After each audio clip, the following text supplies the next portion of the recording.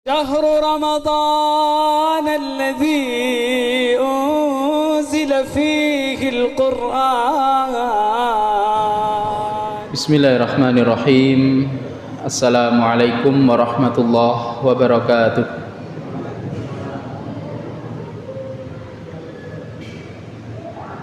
Alhamdulillah, alhamdulillahi rabbil alamin, hamdan yuwafi ni'amahu wa yukafi'u mazidah. Rabbana lakal hamdu kama yanbaghi li jalali wajhika wa li 'azimi sultanik. Nashhadu an la ilaha illallah wa nashhadu anna Muhammadan abduhu wa rasuluh. Allahumma salli wa sallim wa barik wa an'im ala nabiyyina wa Muhammad wa ala alihi wa sahbihi wa sallam. Amma ba'd. Jamaah salat isya dan salat tarawih rahimani wa rahimakumullah. Allah subhanahu wa ta'ala, Tuhan kita yang telah menciptakan kita, yang telah memberikan segala fasilitas kehidupan bagi kita, dan yang senantiasa kita sembah. Allah memiliki sifat yang namanya Al-Hakim.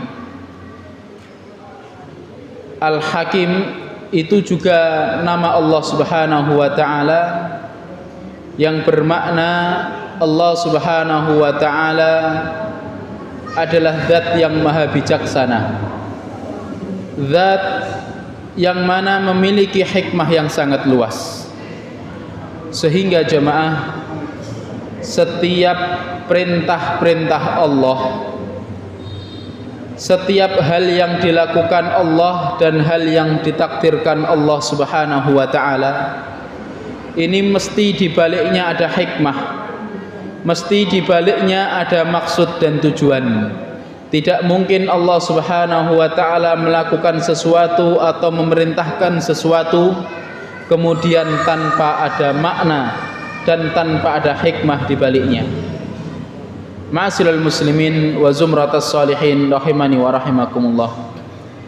Ibadah siyam, ibadah puasa yang Allah subhanahu wa ta'ala syariatkan kepada kita, dengan Allah menurunkan ayatnya, ya ayyuhalladzina amanu kutiba alaikumus siyamu kama kutiba alal ladzina min qablikum la'allakum tattaqun.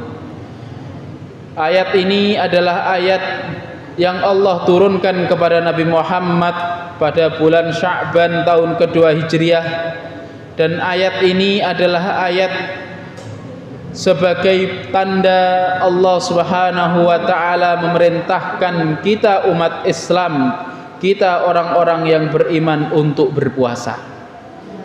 Akan tetapi jamaah, puasa yang kita lakukan bukan hanya sekedar kita menahan haus, tidak hanya sekedar kita menahan lapar, tidak hanya sekedar kita tidak berhubungan dengan pasangan. Akan tetapi puasa yang kita lakukan itu di sana ada maksud, yakni puasa Ramadan yang kita jalani hendaknya menjadi sebuah madrasah, hendaknya sebagai madrasah yang kelak melahirkan kita menjadi pribadi-pribadi yang sesuai dengan firman Allah, la'allakum tattaqun, agar kalian menjadi bertakwa. Kenapa jamaah Allah memerintahkan kita agar kita bertakwa? Banyak sekali alasan, banyak sekali dalil kenapa Allah subhanahu wa ta'ala memerintahkan kita bertakwa. Dikarenakan ketakwaan itu jamaah yang kelak akan menghantarkan kita kepada surganya Allah subhanahu wa ta'ala. Bahkan surga itu sendiri diciptakan dan disiapkan oleh Allah subhanahu wa ta'ala untuk mereka yang bertakwa. Allah mengatakan, wasari'u ila maghfiratin min rabbikum wa jannatin arduhas samawati wal u'iddat lil muttaqin. Surga yang luasnya melebihi luas langit-langit dan bumi-bumi itu diciptakan dan disiapkan untuk orang-orang yang bertakwa. Di dalam sebuah hadis Rasulullah sallallahu alaihi wasallam bersabda, "Aktsaru ma yudkhilun nasa al-jannata taqwallah wa husnul khuluq." Hal yang paling banyak menghantarkan manusia masuk surganya Allah adalah ketakwaan kepada Allah dan juga akhlak yang baik. Ini alasan pertama jamaah, adalah alasan karena surga itu diciptakan, disiapkan untuk orang-orang yang bertakwa, sehingga kita diperintahkan untuk menjadi orang-orang yang bertakwa.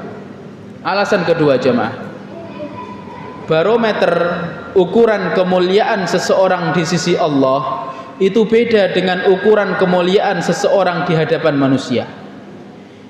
Ukuran seseorang mulia di hadapan manusia adalah manakala dia memegang suatu jabatan, manakala pendidikannya tinggi, manakala dia hartawan, manakala perniagaannya maju, atau manakala wajahnya rupawan. Akan tetapi itu bukanlah tolak ukur kemuliaan di sisi Allah. Tolak ukur kemuliaan di sisi Allah adalah inna akramakum indallahi atqakum. Sesungguhnya orang yang paling mulia di antara kalian adalah orang yang bertakwa. Ini adalah tolak ukur kemuliaan di sisi Allah, baik saat kita di dunia ataupun saat kelak kita berada di akhirat. Sehingga kita ringkas alasan yang kedua, kenapa kita diperintahkan untuk bertakwa, dan Ramadan ini adalah madrasah agar kita bertakwa, adalah agar kita menjaga kemuliaan kita di hadapan Allah Subhanahu wa taala, dan agar kita senantiasa mulia menurut pandangan Allah Subhanahu wa taala. Lantas apa itu takwa jemaah? Kami teringat sebuah definisi takwa yang ini dinisbatkan kepada sahabat Ali bin Abi Thalib. Beliau mengatakan, at-taqwa, takwa itu adalah al-khaufu bil jalil. Kita memiliki rasa takut kepada Allah Subhanahu wa taala yang maha agung. Jadi ini adalah takwa yang pertama. Kita memiliki rasa takut dan rasa hormat kepada Allah Subhanahu wa taala yang maha agung. Sehingga ketika kita memiliki rasa takut kepada Allah Subhanahu wa taala, entah ada orang yang melihat atau tidak ada orang yang melihat, entah itu ada kamera CCTV atau tidak adanya kamera CCTV, kita akan tetap melakukan kebaikan dan malu untuk melakukan kemaksiatan. Kalau orang sudah tidak memiliki rasa takut kepada Allah Subhanahu wa taala, maka orang ini kal an'am, seperti binatang. Balhum adol, bahkan lebih parah dan lebih rusak, lebih sesat daripada binatang. Takwa yang kedua jemaah, Ali bin Abi Thalib mengatakan, wal amalu bitanzil, manakala kita mau mengamalkan syariat Islam. Syariat Islam tentunya bukan hanya sekedar sholat dan puasa. Di sana ada zakat, di sana ada zakat fitrah, dan di sana juga ada zakat mal bagi para jamaah yang memiliki harta yang sampai nisab. Di sana ada kewajiban untuk berzakat. Syariat Islam diantaranya adalah hukum waris. Manakala seseorang itu wafat, maka hartanya harus dibagi secara hukum waris.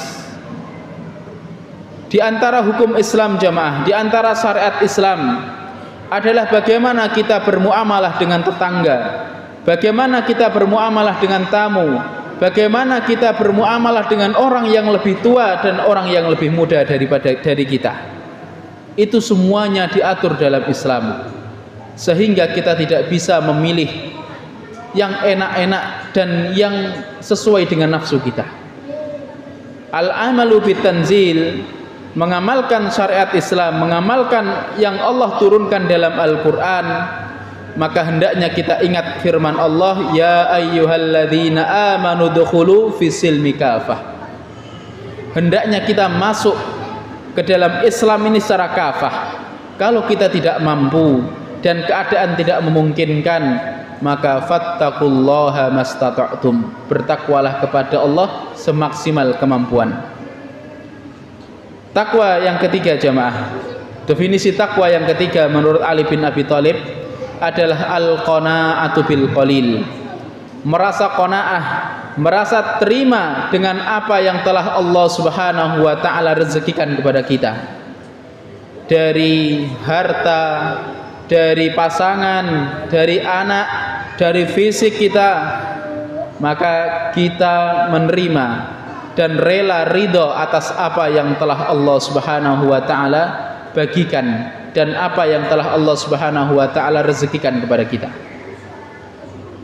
Yang keempat jamaah, takwa adalah al-isti'dad li yaumir rahil, manakala kita memiliki persiapan untuk menjemput kematian. Jamaah, kematian itu pasti. Kullu nafsin dha'iqatul maut. Dan kematian itu adalah sebuah hal yang paling yakin yang diyakini oleh seluruh manusia. Mau yang beragama Islam atau non-Islam atau bahkan yang ateis pun, mereka semuanya meyakini adanya kematian.